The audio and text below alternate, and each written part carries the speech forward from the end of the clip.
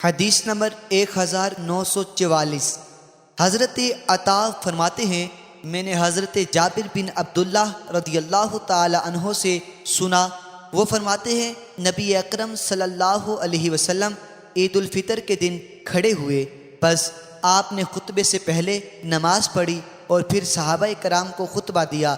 جب نبی اکرم صلی اللہ علیہ وسلم فارغ ہوئے تو عورتوں کے پاس تشریف لا کر ان کو واعظ و نصیحت کی، اور آپ نے حضرت بلال رضی اللہ تعالی عنہ کے ہاتھ پر ٹیک لگا رکھی تھی، اور حضرت بلال رضی اللہ تعالی عنہ نے کپڑا پھیلایا ہوا تھا جس میں عورتیں صدقے کا مال ڈال رہی تھیں۔ راوی حضرت ابن جریج فرماتے ہیں میں نے حضرت عطا سے پوچھا کیا یہ صدقہ فطر تھا؟ انہوں نے فرمایا نہیں، بلکہ اس دن وہ صدقہ کر رہی تھی، عورتیں اس کپڑے میں چھلے ڈال رہی تھی۔ وہ کہتے ہیں میں نے حضرت عطا سے پوچھا کیا اب امام کے لیے ضروری ہے کہ فراغت کے بعد عورتوں کے پاس جا کر ان کو واعظ کرے؟ انہوں نے فرمایا ہاں، ان پر لازم ہے، وہ ایسا کیوں نہیں کرتے؟